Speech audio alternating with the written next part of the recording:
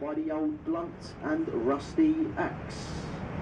If you wasn't executed, you was just tortured, taken through Traitor's Gate to the bloody tower to be tortured for your crimes.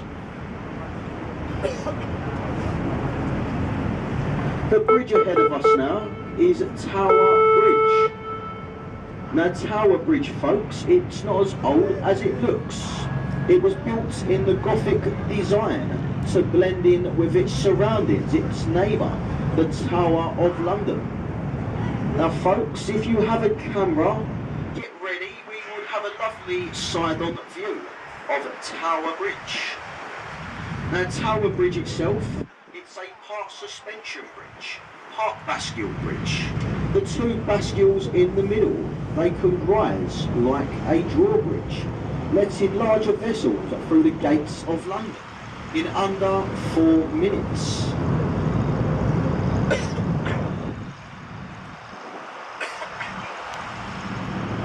There we go folks, a lovely view of Tower Bridge. To the left hand side folks, this dome glass building, that is the offices of our Mayor in London, Boris Johnson. You might know him as Bojo. Now that building over there cost the London taxpayers £50 million to build. They set aside an extra £5 million to come up with the name. Now after 2 weeks of scratching their heads and hard thinking, they come up with the name City Hall. £5 million well spent. Ahead onto the left, the warship, the HMS Belfast. The Belfast was built in Northern Ireland, Belfast. It was built in the same shipyard where the ill-fated Titanic was built, the Harland and the Wolff shipyard. Have a look on the back deck. She has 6 major cannons. Each cannon is capable of firing a £100 shell up to 14 land miles. She see her time through the Second World War. The last time she fired her guns in anger, it was during the Korean campaign in the early 50s, where she was NATO's flagship. She's now permanently moored on the River Thames as a floating museum, a part of the Imperial War Museum. You can board the Belfast for about £5 to £10. The children under 16, they do go on board for free.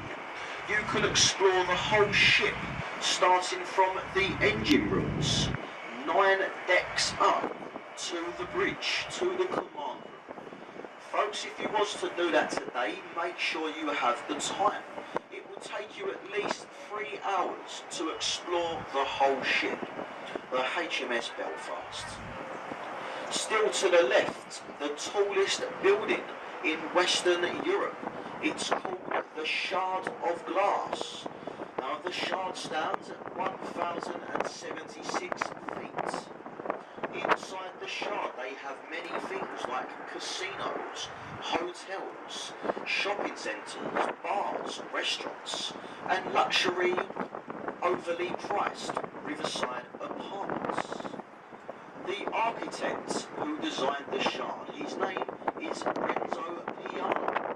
He wasn't given any money for his architectural work, but he was given the penthouse suites inside the Shard, which is on the market today for £50 million. Not bad for drawing a couple of triangles on a bit of paper. Now folks, if you would like to see the view from the top of the Shard, the 73rd floor, it will cost you about £30 to get up there, but they say from the top of the Shard you can see 50 miles over London.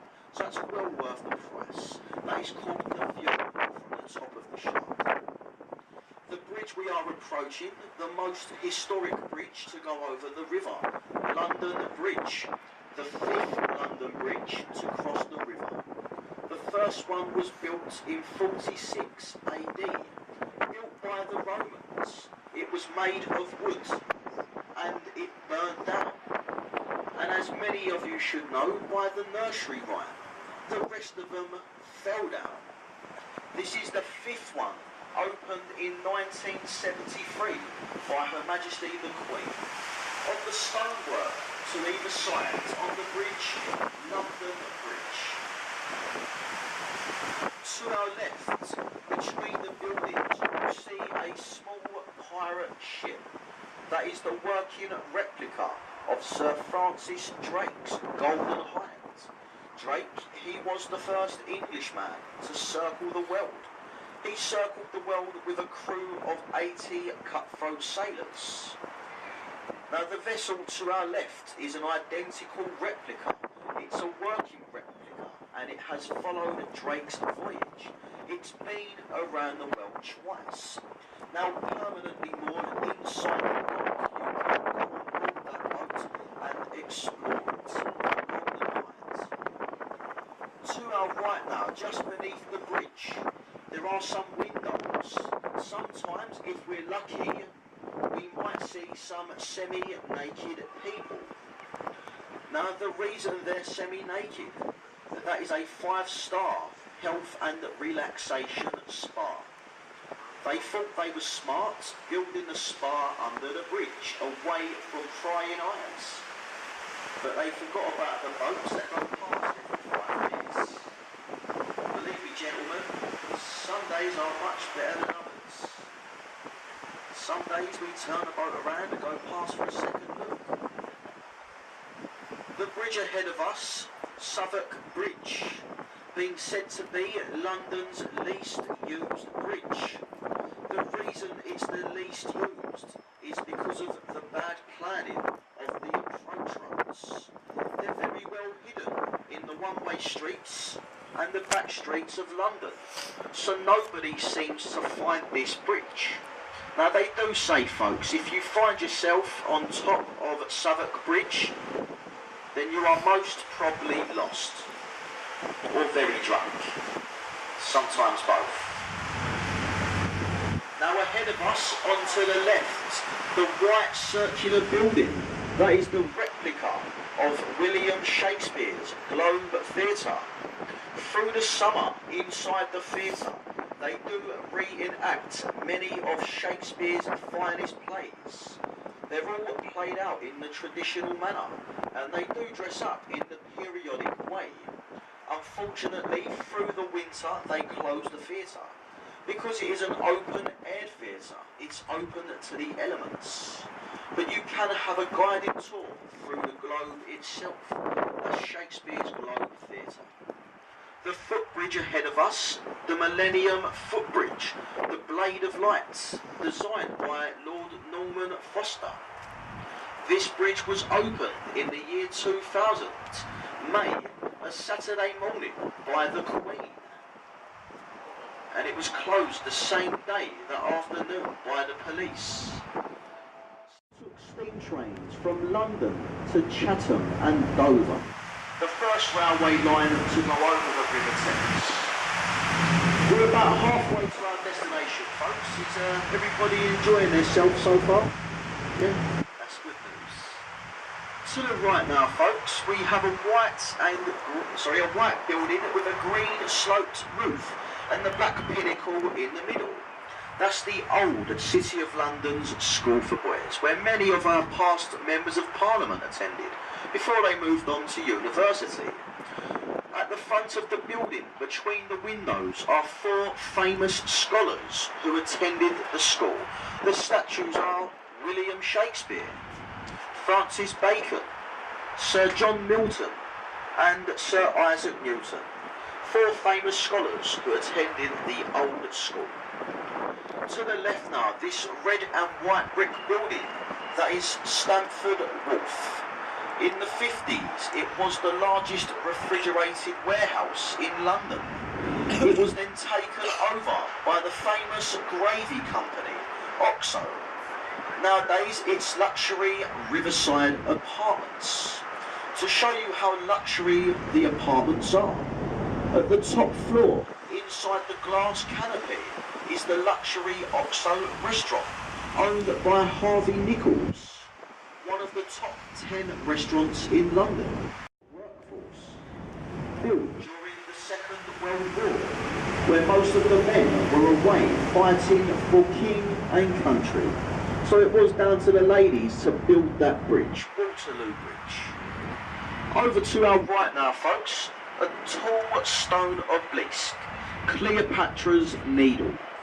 One of the oldest things you will see in London today. It's older than London itself. Built in Egypt over 3,500 years ago. Given to this country's government about 200 years ago. Given to us by a very thankful Egyptian government to celebrate Lord Nelson's defeat of Napoleon and the French fleet over the Battle of the River Nile, Cleopatra's Needle. Ahead of us we have the Charing Cross Railway Bridge. Follow the railway bridge to the right. It goes into a modern shaped building. That is the Charing Cross Railway Station, designed by a man called Terence Farrell. Now Terence Farrell designed that building to look like a train emerging from a railway tunnel. Have a very long and hard look at that building and you will see it actually does look nothing like a train emerging from anywhere. In the evening, folks, that building lights up and it looks more like a jukebox. On either side of this bridge now, folks, there are these footbridges, the Golden Jubilee walkways, built and placed here to celebrate our present Queen's 50th year on the throne, her Golden Jubilee. To the left, the London Eyesore, the London Eye, stands at 450 feet, comes equipped with 32 observational pods. There is a reason for there being 32. Each pod represents a borough in the Greater London area. Now if you was to board the London Eye today, it will cost you around £18, taking you 30 minutes to do a full rotation on the Eye. Now they say when you reach the top of the London Eye, on a nice clear day, you can see 30 miles over London. It's not a bad view, folks, if you do like heights. Now ahead of us, on the right, we do have the Westminster Palace, the Houses of Parliament, the seat to our British government. Now the tower at the further end with the Union flag flying, that is called the Victoria Tower, named after our old Queen, Victoria. The closest tower to us with the large clock, that is called the St Stephen's Clock Tower. They've changed the name of that tower.